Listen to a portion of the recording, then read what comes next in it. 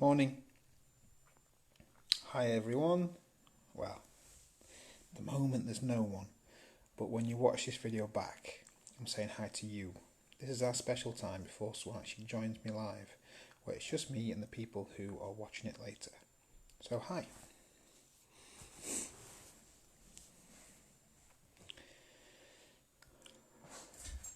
Just gonna keep giving it a few more minutes.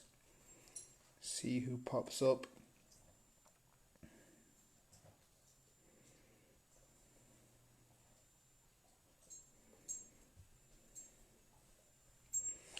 Hey, Barbara's here. Morning, Barbara.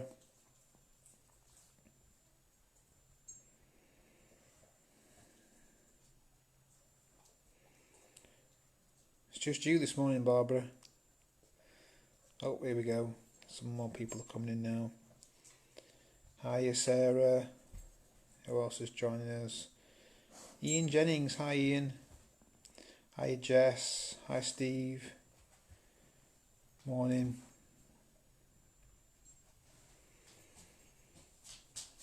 Morning, everyone. I'm alright, thanks, Sarah. Hi, Donna. Hey, Lois. That Miranda as well, which just popped in. I'm getting really good at recognising all your profile pictures. Hi, Leah. Happy Easter to you, Miranda. Oh, hi, James. So you can tell that James is like the media guy for the church, because him and Sarah both watch it separately so that it bumps up the ratings, right? Hi, Mary. Hi, Dad. Well, thanks everyone for joining us. We'll make a start. Hey, Laura. Okay, hi, Janet. I'm going to stop saying hello to people now. All right, we always do this, and it always ends up kind of slowing us down a bit. So I'm going to stop saying hello. So don't be offended if I don't say hello to anybody. Okay. So as always, just want to reiterate a few things in case you missed it previously. There's another one of these tonight at 7:30. It won't be live. It will be a recording tonight. It's myself. We're looking at Acts 19. Hi, Philippa. Good to see you. Okay, I just said I won't say hello to people anymore. I'm stopping saying hello to people. Okay. Yeah, tonight 7:30, Acts 19. It's a recording rather than live, so you can watch that at 7:30 or afterwards. You can rewatch it. That's absolutely fine. Every morning, 10 o'clock. Every evening, 7:30 this week. Tomorrow night we've got the prayer meeting on Zoom, so keep your eye out today for the post that will give you the meeting ID and the password to get into the prayer meeting. I gotta say, those prayer meetings are great. Don't let it put you off that it's online. Don't let you think it's weird or anything like that. It's not. It's actually really good.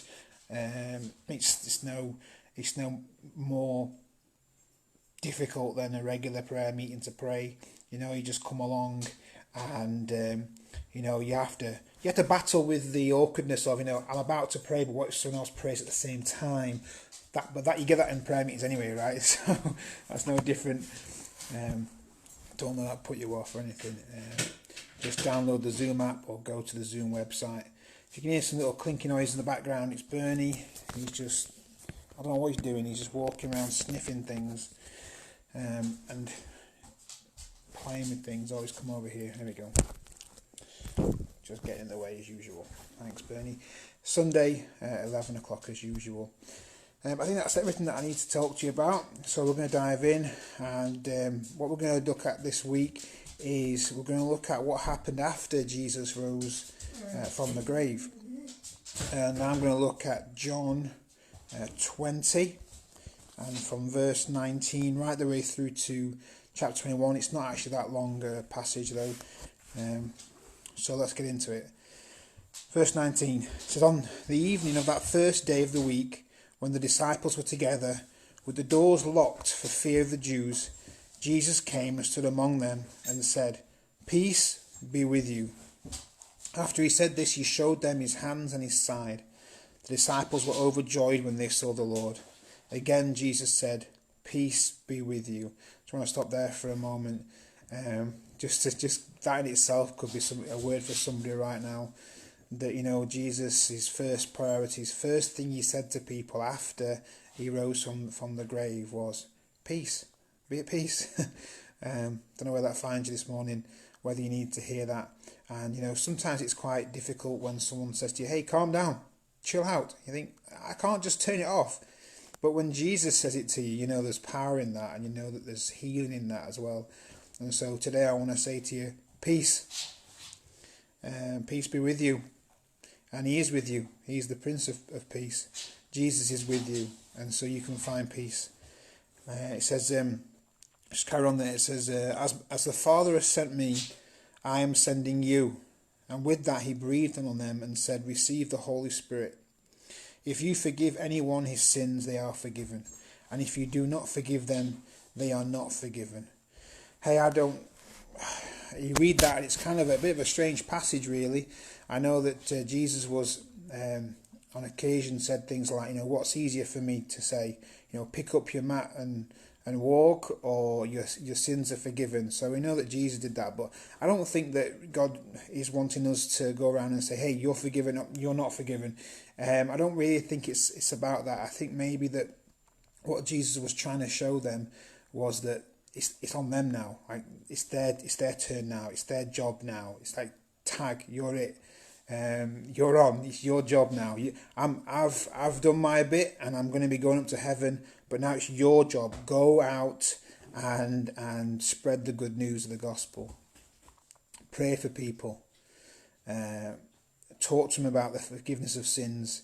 Pray for healing for people. Go and do what I was doing. It goes on to say then in verse 24, it says, now Thomas, called Didymus, one of the 12, was not with the disciples when Jesus came. Sorry, just turn the dog off. So the other disciples told him, says, we have seen the Lord. Quiet. We have seen the Lord. But he said to them, unless I see the nail marks in his hands, and put my finger where the nails were, and put my hand into his side, I will not believe.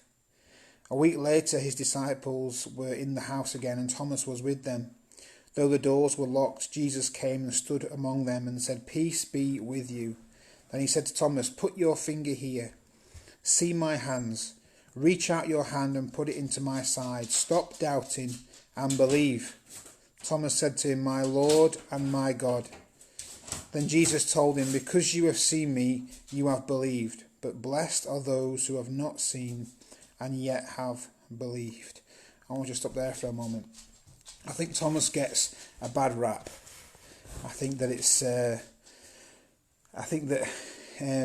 because he's labelled as, it's a bit like Peter, you know, where he denies Jesus. You know, he was put in a very difficult position, really. And I think that if we were put in similar positions, we'd probably have a very similar response. I can imagine Thomas coming in from wherever he was and seeing all the disciples, and they're all excited. And I believe that, I can imagine him kind of, them telling him what happened, and thinking to himself, okay, either this is a horrific trick, they're playing a prank on me, a really insensitive prank, or maybe they're trying to start something like a revolution, a religion, they're trying to keep this whole thing going, and they'd all had this discussion and left me out of it, and I'm coming into the back of it now, and they're trying to convince me, the first person, they're trying to convince that. And I also can imagine him thinking to himself that maybe it was quite a difficult thing for him to believe, because I remember when most of you know, if you know me well and you've heard me speak before and you know me for a while, and you'll have known about some of my medical history, and you'll know about the various work I've had to have on my right leg. And there was a time, it was right towards the end, one of the last operations I had, they had to do something to my right leg to get it to bend again. It had been in the same position for years, and so they cut my leg, and they did all this stuff. I won't go into it because it's a bit gruesome, but but they got it moving.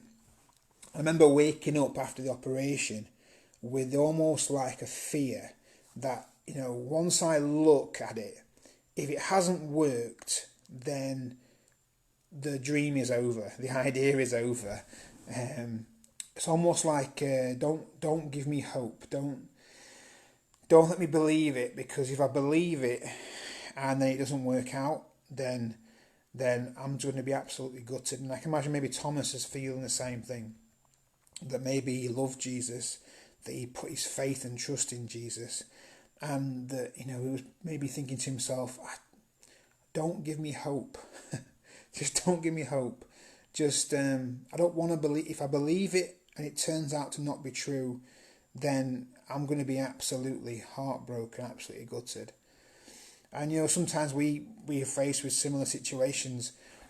We've heard the saying before that courage isn't the absence of fear, but courage is the willingness to move forward in spite of fear. And I think that's the same with faith and trust in God. I think faith isn't the absence of of doubt. And we give Thomas his bad rap. We call him Doubting Thomas. I think Doubting Thomas was just Thomas. He was just a normal guy. He wasn't a big doubter. He was just a normal guy that just was fearful to believe if it was actually true. And so fear, faith really, it's not the absence of doubt. It's the willingness to move forward in spite of it. It's the tipping the scale in favour of trusting God. It's saying, okay, I've got these two sides. I've got the fear that it won't happen. I've got the faith that it will happen. What am I choosing? It's like my message yesterday. Bernie's really not helping today. It's like my message yesterday about you can't sit on the fence, and that you've got to land on the right side of the fence. We've all got various different points of our day, of our month, of our life. We've got these moments where we have to choose which side of the fence am I going to land on. Am I going to land on the side of the fence that's going to put my trust in doubt and what I would consider to be safety and protecting myself and not giving myself that hope because I don't want to be disappointed? Or am I going to land on the other side of the fence that says, despite my doubt, I'm going to move forward as if it was going to happen, as if it was true, as if the thing I was hoping for was real? And that's the challenge you've all got to face. And I want to encourage you today that God is worth putting your faith in. And I also want to encourage you that maybe you've got doubts and you feel bad about that. I want to encourage you. I think Thomas is in all of us. We doubt on a daily basis what God can do. Some of us, maybe even all of us, at the time doubted if God was even if He existed. But faith isn't the absence of doubt. It's the willingness to move forward in spite of it. And the thing is, without doubt, it's not faith. Without doubt, it's not faith. Because if you don't have a doubt, then there's not a risk involved. It's a fact. It's a done deal. It's going to happen. You know it to be true. And if you know something to be true, it doesn't take any faith. Not at all. So I want to encourage you, your doubting is not a sign that you are failing at your faith. Your doubting is just your doubting. But your faith is the ability or the willingness to keep going forward in spite of it. And I want to encourage you with that this morning. Just to finish off, it's verse 30. It says, Jesus did many other miraculous signs in the presence of his disciples, which are not recorded in this book.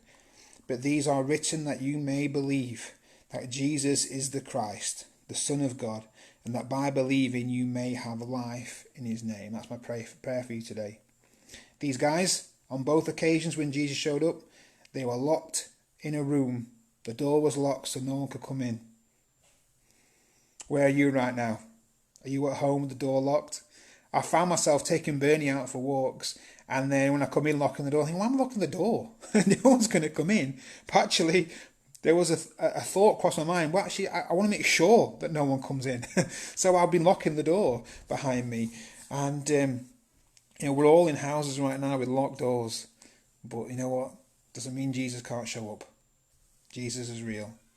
And all this is written so we might believe, in spite of our doubt. I think I'm going to leave it there. It's been great to see you all. Let me see if I can move my Bible without knocking my computer over. There we go.